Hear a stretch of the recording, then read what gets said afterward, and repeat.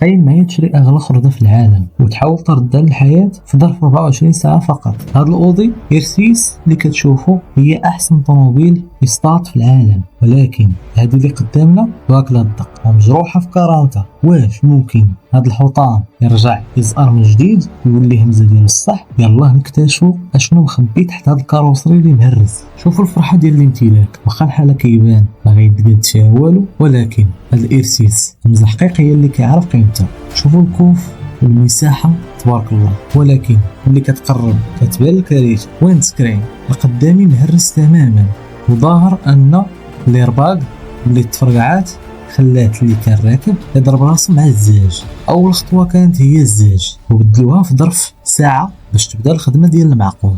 واخا الطوموبيل كسيده والإيرباغات مطرطقين، هاد الوحش مازال كيديماري. طابلو شاعل كله بولات، والحراره ديال الكونفاك ديال الكولانت دايره حاله، ولكن تحت هاد الكابو كاين موطور V8 توين تيربو كات ليفتر تيجينا ب 552 عود. وحش حقيقي كيتسنى غير يطلق صراحه. التحدي دابا هو نرجعوا هاد الزين للطريق في يوم واحد. واش غنقدروا؟ الطريقه ديالكم هي اللي غادي تحكم. الخدمه بدات بالبلاصه اللي واكله الدق ديال بصح. الخوف كله كان من السيسبونسون، حيت تما فين كاينه الميزانيه ديال بصح. وعلاش لا؟ الرويد خاصهم يتحيدوا والطوموبيل طلع في الليفتر. حيدنا الباب ديال الباساجير باش نوصلوا للوينغ بسهوله، ولكن الصدمه كانت في الضربه المخبيه تحت الكاروسري. هذه هي الدقه اللي ما كتبانش في المزاد، ولكن الخطه غادي تكمل. بقاو معنا. دابا كيحيدوا في البونيت والجوانب ديال الماء بالسياج، والمورال خاصو يبقى طالع. شوفوا هذا الكاليم بيرس الفران خضرين عاطين منظر واعر بزاف. دابا المهم هو الكاروسري الليل واش مقيوس ولا لا. تحيد الاريش لينجل والوينغ المهرس باش تبان الصوره كامله وما يبقى حتى غموض. ملي حيدوا اريش لينغ والوونغ بان كلشي ناضي. الخدمه ولات جماعيه باش يطير بومبر والجريل. بطبيعه الحال الكاشبار بقاوها معوجه والرادياتورز حتى هما مقيوسين، ولكن المفاجاه الزوينه الفلتر هو كاين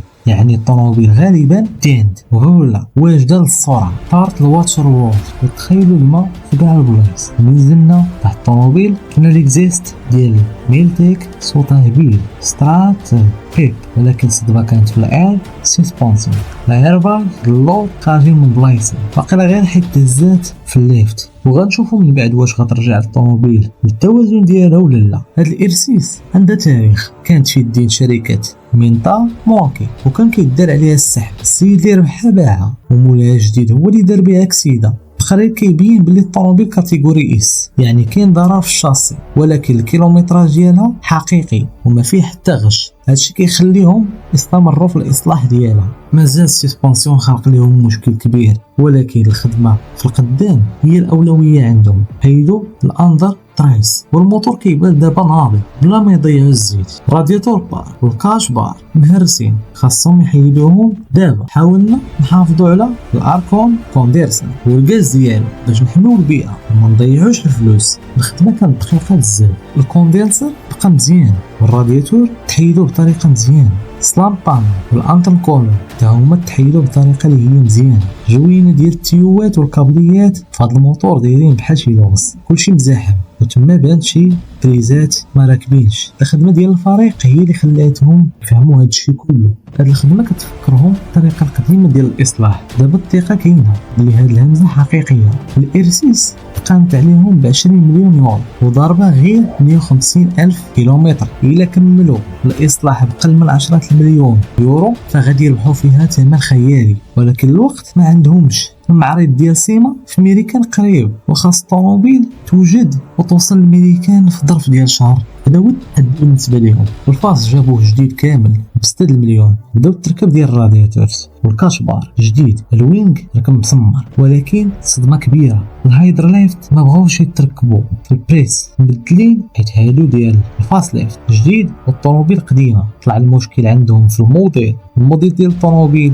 ماشي هو الموديل ديال لي بياس دي دوموندا، والوقت ما كيرحمش باش يلحقوا المعرض الامريكان. هنا غادي تاخذوا واحد القرار صعيب في البامبر. جاو هاد البارات واعرين، ولكن الاودي بدلات الكونفيكتر. القرار كان صعيب، خاصنا نرجعو البرات لقدام 5000 درهم ونبيعو هادو الخساره، حيت سموكن لوك كان عاطي منظر مزيان، ولكن المهم ديالهم هو الطوموبيل تخرج للطريق وتوجد المعرض.